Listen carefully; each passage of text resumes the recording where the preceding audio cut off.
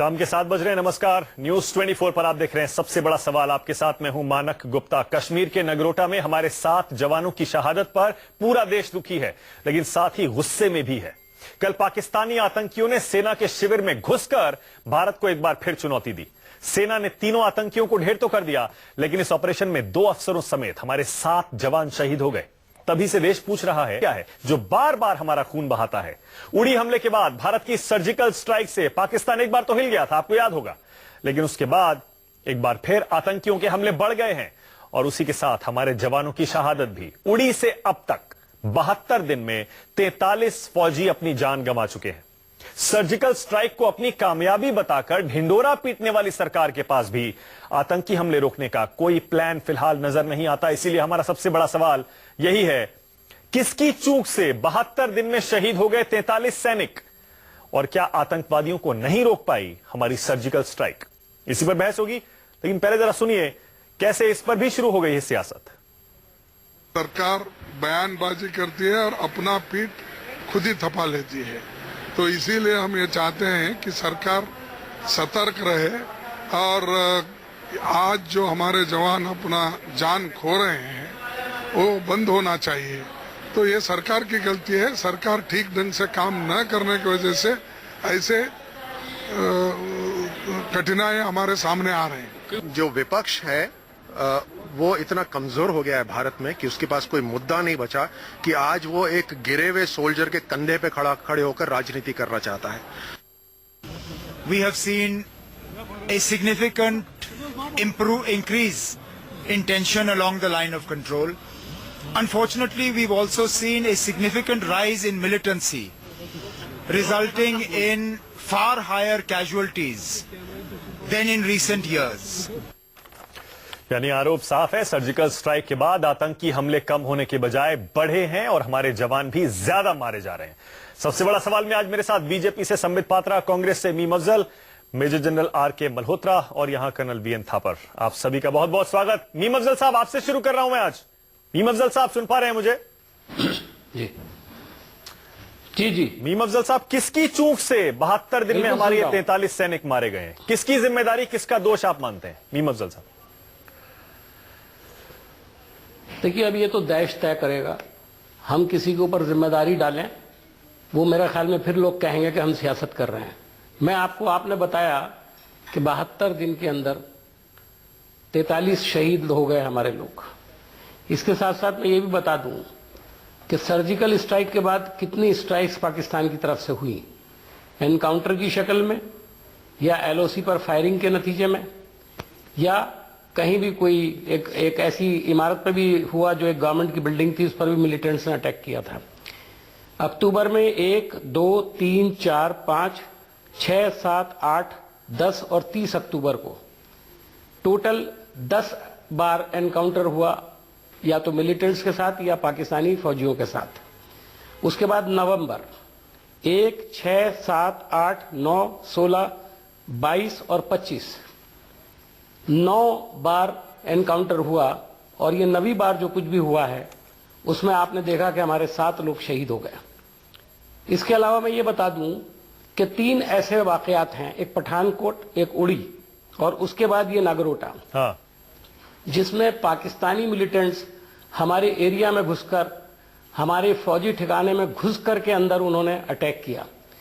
जब उड़ी में हुआ था तो ये बात सारे हिंदुस्तान ने कही थी कि हमारी सिक्योरिटी की फोर्सेस है, और कहना चाहिए कि इंटेलिजेंस जो सोर्सेस थे उनका फेल्योर था, और उसको सबने माना भी।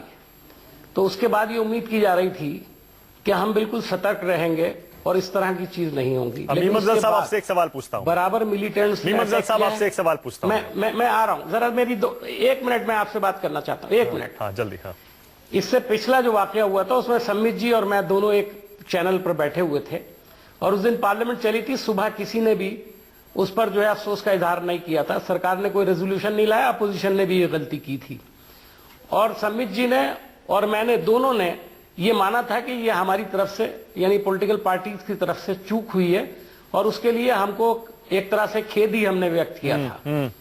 आज जब ये इतना बड़ा वाकया हुआ और सुबह हमने इसको उठाना चाहा तो सरकार ने उसका मौका नहीं दिया। कम से कम जिन लोगों की शहादत हुई है उनके बारे में 2 अच्छे अल्फाज तो हम ठीक है, पार्लियामेंट ठीक के है, वो अंदर हो जाएगा सर वो हो लेकिन जाएगा। सरकार मीम ने अफजल आज साहब, भी चूक पार्लियामेंट में श्रद्धांजलि देने की जो औपचारिकता है वो तो हो जाएगी। मैं दूसरी बात कह रहा हूं सर, मीम अफजल साहब, मैं ये कह रहा हूं, जब सर्जिकल स्ट्राइक हुई थी आपने कहा था कि इसका पूरा श्रेय सेना को जाना चाहिए। आपने कहा था भारतीय फौज इसके लिए बधाई की पात्र है, सरकार को इसका क्रेडिट नहीं मिलना चाहिए। मैं ये कह रहा हूं कि अब जबकि हमारे शिविरों के अंदर घुसकर आतंकी फौजियों को मार रहे हैं, सिक्योरिटी लैप्स, तो उसके लिए भी आपको सेना को कहना चाहिए उस लिहाज से। तो ये कह रहा हूं मैं। देखिए, जो अंदर घुस करके मारने की बात है उसमें सिर्फ सेना काम नहीं करती है, उसमें हमारी इंटेलिजेंस एजेंसीज काम करती हैं, पुलिस भी काम करती है, कई इदारे मिलकर के काम करते हैं। आप तो जानते हैं अगर एलओसी पर फायरिंग हो हमारी फौज बराबर जवाब देती है, और दिया है, हर बार दिया है, मैं उससे बिल्कुल इनकार नहीं करूंगा। अगर हमारे यहाँ लोग शहीद हुए हैं तो उनके यहाँ भी लोग मारे गए हैं, उसकी खबर शायद पूरी तरह से हम तक नहीं पहुंचती है, लेकिन हम जानते हैं। बिल्कुल सही। और मैं ऐसी चीजों को बहुत ज्यादा डिस्कस भी नहीं करना चाहता। ठीक है संबित पात्रा, जवाब दीजिए। संबित, सवाल मेरा यह है और बहुत सीधा सवाल है, मैं चाहूंगा आप सीधा जवाब दें। संबित, सर्जिकल स्ट्राइक के बाद आपके प्रधानमंत्री से लेकर रक्षा मंत्री से लेकर सारे बीजेपी के नेता और मंत्री क्रेडिट ले रहे थे, पाकिस्तान को सबक सिखा दिया, मुंह तोड़ जवाब दे दिया। अब जब ये हमारे सारे जवान मारे जा रहे हैं, इसकी जिम्मेदारी किसकी है संबित? मानक, पहले तो जो आज हमारे 7 जवान शहीद हुए हैं उनको श्रद्धांजलि देते हुए मैं अपनी बात रखूंगा। देखिए, एक डिस्कोर्स कुछ दिनों से चला है कि आखिर ये सर्जिकल स्ट्राइक से क्या फायदा हुआ। सर्जिकल स्ट्राइक किया, आपने सर्जिकल स्ट्राइक के विषय में बातचीत की, मगर पाकिस्तान को तो कुछ फर्क नहीं पड़ा। और खैर, मैं बता दूं, पाकिस्तान भी यही चाहता है कि हम लोग यही डिस्कस करें कि surgical strike was a mistake. मैं यहाँ मीम साहब बैठे हैं, बहुत नॉलेजेबल हैं डिप्लोमेसी को लेकर। देखिए, 1971 में बांग्लादेश वॉर हुआ, 93,000 पाकिस्तानी सोल्जर्स जो थे उन्होंने सरेंडर किया। बांग्लादेश अलग भी हो गया पाकिस्तान से, तो क्या पाकिस्तान सुधर गया? और पाकिस्तान सुधरा नहीं, उसका अर्थ ये नहीं है कि हम हाथ ऊपर करके खड़े कर दे और कहे नहीं हुए तो कभी सुधरेगा नहीं, इसलिए हम कोई अटैक भी नहीं करेंगे, कोई सर्जिकल स्ट्राइक भी नहीं करेंगे, हम तो हाथ पे हाथ धर के बैठे रहेंगे। बिल्कुल नहीं। पाकिस्तान अगर हम पे आक्रमण करेगा, पाकिस्तान अगर घुसपैठ करेगा, तो हम उसका मुंह तोड़ जवाब देंगे। जितनी बार करेगा उतनी बार देंगे। There is nothing called as all or none phenomena. या तो सब कुछ कर देंगे और पाकिस्तान को एक दिन में ध्वंस कर देंगे, या तो कुछ भी नहीं करेंगे। ऐसा नहीं होता है मिलिट्री जो स्ट्रेटेजी होती है। जब भी वो कुछ करेगा तो हम कदम जरूर उठाएंगे। दूसरी बात देखिए, कौन रिस्पॉन्सिबल है आज के अटैक के लिए, नगरोटा अटैक के लिए। मैं अभी इस पे कोई भी कुछ कहना नहीं चाहूंगा एज अ प्रवक्ता, बिकॉज खुद आर्मी के चीफ वहां गए हुए हैं, आप लोगों की रिपोर्ट भी आ रही है, उन्होंने इस पे इंक्वायरी भी बिठाई हुई है। जब तक इंक्वायरी की रिपोर्ट नहीं आएगी, हम लोग प्रवक्ता के रूप में कहना। लेकिन संबित, आप ही के लॉजिक पे मैं जा रहा हूं। संबित, मैं आप ही के लॉजिक पे जा रहा हूं। आप ही कहते थे, आपके सारे मंत्री और सरकार की तरफ से बार बार यही कहा जाता था कि सर्जिकल स्ट्राइक का फैसला पॉलिटिकल डिसीजन था, वो सरकार ने लिया। तो उड़ी के बाद इन सारे मिलिट्री इंस्टॉलेशंस की सिक्योरिटी बढ़ाने का फैसला जो है, क्या वो ऊपर के स्तर पर होकर नीचे तक क्यों नहीं पहुंचा है अभी तक? क्या आतंकवादी अंदर घुस जाते हैं और हमारे जवान सिटिंग डक्स की तरह मारे जाते हैं? देखिए, जहां तक ये जो कॉप्स है, जैसे कि जो सोलर क्रॉप जिस पे अटैक हुआ है अभी नगरोटा पे, उसकी जो सिक्योरिटी होती है, उसका जो कोडोनिंग होता है, ये सरकार नहीं, ये खुद आर्मी करती है। खुद आर्मी का एक स्ट्रेटेजी होता है किस प्रकार से वो पूरे संबित, मैं ये जानना चाहता हूं, उड़ी हमले और सर्जिकल स्ट्राइक के बाद क्या सरकार ने आर्मी को खास इंस्ट्रक्शन दिए थे कि हमले और हो सकते हैं, सिक्योरिटी बढ़ाई जानी चाहिए, खासतौर से इस तरह के शिविरों की कि आतंकी अंदर न घुस पाए? देखिए, जो अभी क्योंकि हम लोग सुबह से डिबेट कर रहे हैं, टीवी भी देख रहे हैं, मैं नहीं जानता हूं, इन सेंसिटिव विषयों पे सरकार मुझसे डिस्कस नहीं करती है, मगर टेलीविजन चैनल के माध्यम से जो बात सामने आई है, आपने भी देखा होगा कि इंटेलिजेंस ने, मैंने लिख के भी रखा कि जो सेंट्रल इंटेलिजेंस एजेंसी है इंडिया की, उन्होंने ये रिपोर्ट सबमिट किया था कि 29 और 30 के बीच में एक भारी अटैक हो सकता बिल्कुल है जो मिलिट्री इंस्टॉलमेंट्स हैं जम्मू और कश्मीर में। ये मैंने टीवी के माध्यम से देखा है। देखिए, मुझसे सरकार ये सब बातें शेयर ना करती है, ना करना चाहिए। और मगर मेरा सिर्फ इतना कहना है कि चूंकि ये आर्मी का विषय है और आर्मी के चीफ वहां गए हुए हैं, दलबीर सिंह सुहाग जी, तो हमें इंतजार करना चाहिए। मैं एक बात कह के अपनी बात को विराम दूंगा। अभी मीम अफजल साहब ने कहा कि हमें ऑर्बिचुरी देना चाहिए था, इसमें तो कोई शक नहीं है कि पार्लियामेंट में ऑर्बिचुरी होना चाहिए, मगर जब ऑपरेशन ऑन होता है, बॉम्बिंग ऑपरेशन ऑन है, उस समय उस पर ना तो डिस्कशन होता है, ना कोई स्टेटमेंट मिनिस्टर की तरफ से रखा जाता है। मैं एक बड़ा उदाहरण दे के बात को अंत कर दूंगा। 8 अगस्त 2013 आपने अगर times of India, sorry Indian express का ये पूरा रिपोर्ट आप पढ़ सकते हैं। उस समय एंटनी साहब हमारे मिनिस्टर थे, डिफेंस मिनिस्टर। आपको याद होगा 5 जवानों की शहादत हुई थी, उनके सर काटे गए थे। तो एंटनी साहब ने जब एक ऑपरेशन चल रहा था उसी दौरान रिपोर्ट सबमिट कर दी थी कि इसमें पाकिस्तान की आर्मी का कोई हाथ नहीं है, इसमें तो पाकिस्तान आर्मी के कपड़े पहनकर कुछ लोग अटैक कर गए थे। मगर जब ऑपरेशन पूरा हुआ और हम लोगों ने, ऑपोजिशन ने इस पे ऑब्जेक्शन रेज किया तो उनको माफी भी मांगनी पड़ी और पूरा स्टेटमेंट वापस लेना पड़ा और कहा कि नहीं, पाकिस्तान की आर्मी की इन्वॉल्वमेंट था। इसलिए जब ऑपरेशन चलता है कभी भी स्टेटमेंट नहीं पढ़ा जाता। ठीक है, लेकिन मुझे नहीं लगता कि देश को इसमें ज्यादा दिलचस्पी है कर्नल थापर कि पार्लियामेंट ने औपचारिक तौर पर शहीदों को श्रद्धांजलि दी या नहीं दी। हम इसमें ज्यादा इंटरेस्टेड हैं कि सर्जिकल स्ट्राइक से पहले उड़ी और अब तक 43 फौजी हमारे मारे गए। 43 बहुत बड़ा नंबर होता है। तो सर्जिकल स्ट्राइक आपके हिसाब से क्या फेल हो गई क्या? नहीं, आप सर्जिकल स्ट्राइक का जो प्रभाव है उसको बहुत ज्यादा समझ रहे हैं। हाँ। कि उसका ऐसा प्रभाव पड़ा कि पाकिस्तान पूरा हिल गया और उनकी एस्टेब्लिशमेंट पूरी हिल गई। ये गलत है भावना, क्योंकि एक मिलिट्री ऑपरेशन था, खत्म हो गया, ठीक है, सक्सेसफुल था, बहुत अच्छा था। 30 आदमी हमने उनके 30-40 आदमी मार दिए। वो ऐसा देश है जहां 30-40 क्या 100-100, 200 आदमी दिन में मरते हैं, एक बॉम्ब ब्लास्ट में, एक टेररिस्ट एक्शन में। उनको फर्क नहीं पड़ता, उनको कोई फर्क नहीं पड़ता इस चीज का। तो सर्जिकल स्ट्राइक से हमें हासिल क्या हुआ? नहीं, सर्जिकल स्ट्राइक हमले तो बढ़ गए हमारे मिलिट्री। मैं बताता हूँ हमें क्या हासिल हुआ। पहले हमारी जो मानसिकता थी कि ये जो एलओसी है ये उल्लंघन नहीं किया जा सकता, हाँ।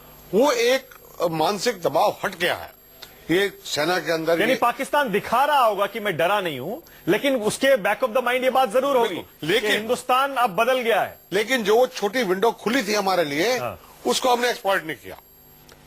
It should have been followed up. वो जो हमने सर्जिकल स्ट्राइक की उसके बाद में और एक्शन 1-2 होते तब इसका असर पूरी तरह से होता है। लेकिन उसका तर्क यह है कि अगर उसके बाद और एक्शन करते तो एस्केलेशन होता। यही तो मैं कह रहा हूं, जंग के हालात बनते हैं। देखिए, हमारी मानसिकता में, पूरे देश की या सेना की तो और सभी लोगों की मानसिकता में ये एक कंसर्न है, बहुत ज्यादा फिक्र है, बहुत ज्यादा एस्केलेशन। हाँ। तो उसको हमें तोड़ देना चाहिए। वो सर्जिकल स्ट्राइक से पहले भी था। हाँ। और सर्जिकल स्ट्राइक के बाद नहीं हुआ वो। तो हमें ये मानसिकता की ये एस्केलेशन हो जाएगा। हाँ। उसके लिए पूरी बैठिए ना। हाँ। पूरी सेना पर बहुत इंपॉर्टेंट पॉइंट है। मीम अफजल साहब जवाब दीजिए। बार बार जब ये कहा जाता है कि सर्जिकल स्ट्राइक से कुछ हासिल नहीं हुआ, उसके नतीजे हो सकता है बाद में मिले। मीम अफजल साहब, अभी जो कैजुअलिटीज हो रही है बहुत दुखद है, अफसोसजनक है। हमें अपने मिलिट्री इंस्टॉलेशंस की सिक्योरिटी बढ़ाकर इन्हें रोकना चाहिए, लेकिन सर्जिकल स्ट्राइक से जोड़कर इसको देखना कहां तक सही है? मीम अफजल साहब। मानक साहब, मैंने तो आपको डेट्स बताई। सर्जिकल स्ट्राइक से अगले दिन से ही लगातार एनकाउंटर्स हो रहे हैं, बराबर पाकिस्तान की तरफ से हमारे ऊपर हमले हो रहे हैं। मैंने डेट्स बताई हैं आपको, लगातार नवंबर की डेट्स बताई हैं आपको। उससे पहले जो है सितंबर की डेट जो थी, 2 डेट्स थी जिसके अंदर हुआ 28-29 में। उसके बाद लगातार 1 नवंबर से लेकर के 1 अक्टूबर से लेकर के ये 25 नवंबर तक लगातार 19 बार एनकाउंटर हुआ है। मतलब सर्जिकल स्ट्राइक ने बैकफायर किया है, आप ये कह रहे हैं? नहीं, देखिए, मैं ये नहीं कहूंगा बिल्कुल भी कि बैकफायर किया है, लेकिन वो यकीनन बदला लेने की पूरी कोशिश कर रहे हैं। हमने 30 लोग मारे थे, हमारे 42-43 लोग मर गए, तो सवाल तो पूछा जाएगा सरकार से। जवाब दीजिए। आपने जो सवाल तो पूछा ही जाएगा, क्या वो कामयाब है?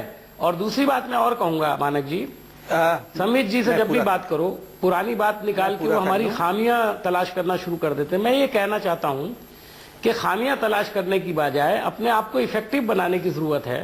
आप हमारी खामियां बता करके देश को गुमराह नहीं कर सकते। समित जवाब दीजिए। मैंने आपको अभी एक चैनल पर देखा था बैठे हुए, आप बहुत नाराज हो रहे थे और मेरे साथ तो खैर वो नाराज नहीं होते हैं, मैं नाराज होता हूँ।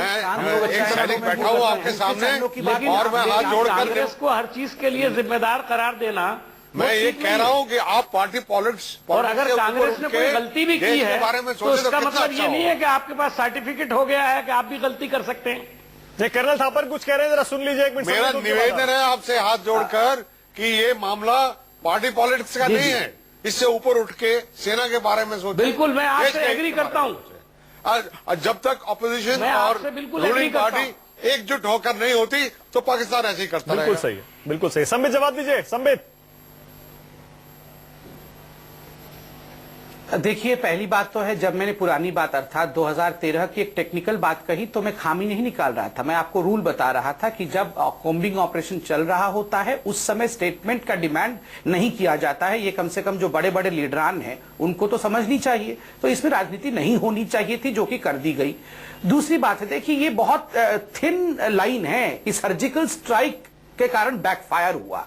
आप देखिए, इसका अर्थ ये नहीं है कि सर्जिकल स्ट्राइक नहीं होना चाहिए था। बहुत सारे लोग, बहुत सारी ताकतें ऐसी हैं, पाकिस्तान में भी हैं और हिंदुस्तान के अंदर भी ऐसी फोर्सेस हैं जो अमन पसंद कहते हैं ना, वो अमन की ब्रिगेड वाले, जो बहुत खफा है सर्जिकल स्ट्राइक से। और बार बार उनका यही दावा होता है कि देखिए, सर्जिकल स्ट्राइक से तो कुछ नहीं हुआ जी, इससे अच्छा होता कि आप पाकिस्तान को मना लेते, इससे अच्छा होता कि आप पाकिस्तान को थोड़ा सहलाते, अटैक होकर तो उल्टा हम पे वो भारी पड़ गया। मगर आपने एक बड़ी बात कही मानक जी कि पाकिस्तान गुस्से में है, फ्रस्ट्रेटेड होकर ये कर रहा है। और याद रखिए, फ्रस्ट्रेटेड जो कदम उठाए जाते हैं ना, उससे कभी भी नतीजा सही नहीं निकलता है और पाकिस्तान का इसका भुगतान भी करना पड़ेगा और भुगतान करेगा। संबित, एक बात बताइए मुझे। सर्जिकल संबित, एक बात बताइए। पाकिस्तान सर्जिकल स्ट्राइक पर पूरे देश ने आपको बधाई दी थी संबित, लेकिन उसके बाद से जो हमारे जवानों की शहादत हो रही है, बार बार हमले हो रहे हैं, क्या इनको रोकने का कोई लॉन्ग टर्म प्लान भी है?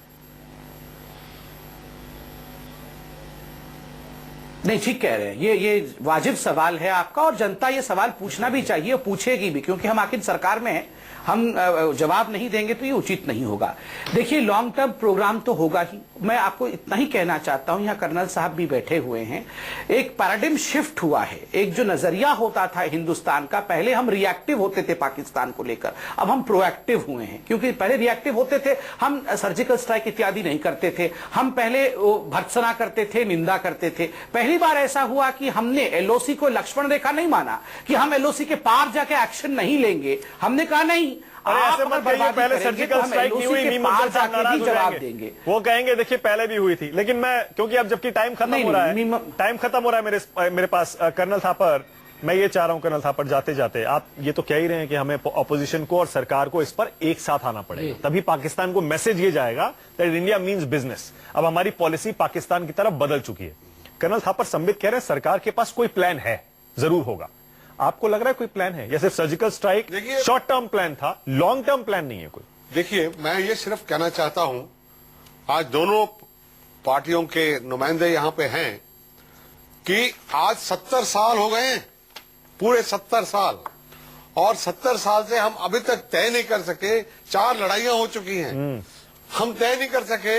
और ये जैसे कह रहे हैं, इतने लोग शहीद हो चुके हैं सिपाही, अभी तक हम तय नहीं कर सके कि पाकिस्तान हमारा दोस्त है, हमारा दुश्मन है, आगे चल के हमारा दोस्त बनने वाला है, या आगे चल के और भी इसके दुश्मन। लेकिन अब तो क्लियर पॉलिसी है। सर्जिकल स्ट्राइक के बाद से मोदी सरकार की पॉलिसी बहुत क्लियर है कि हम तो पानी भी बंद करेंगे, लेकिन हम किसी भी हद तक हुआ जाएंगे। नहीं है जमीन पर कुछ भी। जमीन पर बताइए ना क्या संकेत है पाकिस्तान को, क्या संकेत? आप तो तैयारी कर रहे हैं सरताज अजीज को यहाँ हिंदुस्तान में उनके साथ बातचीत करने की। हाँ। क्यों उनको नहीं, हमें क्या लेना है उससे? आप मोस्ट फेवरेट नेशन। मैं जरा ठीक कर दूं, मैं इसमें फैक्ट्स रख दूं जरा। संबित जल्दी से, मेरे पास 20 सेकंड है। संबित नहीं कर रही है हिंदुस्तान की सरकार, कोई बायलैटरल टॉक सरताज अजीज से नहीं हो रही है। सरताज अजीज हार्ट ऑफ एशिया कॉन्फ्रेंस में भाग लेने आए हैं। इंडिया, वहां अफगानिस्तान का विषय डिस्कस हो रहा है। कोई भी अफसर, कोई भी मंत्री सरताज अजीज से कोई बायलैटरल टॉक इंडिया को लेकर बिल्कुल नहीं कर रहा है। ये आपके दर्शकों के लिए बताना चाहता था।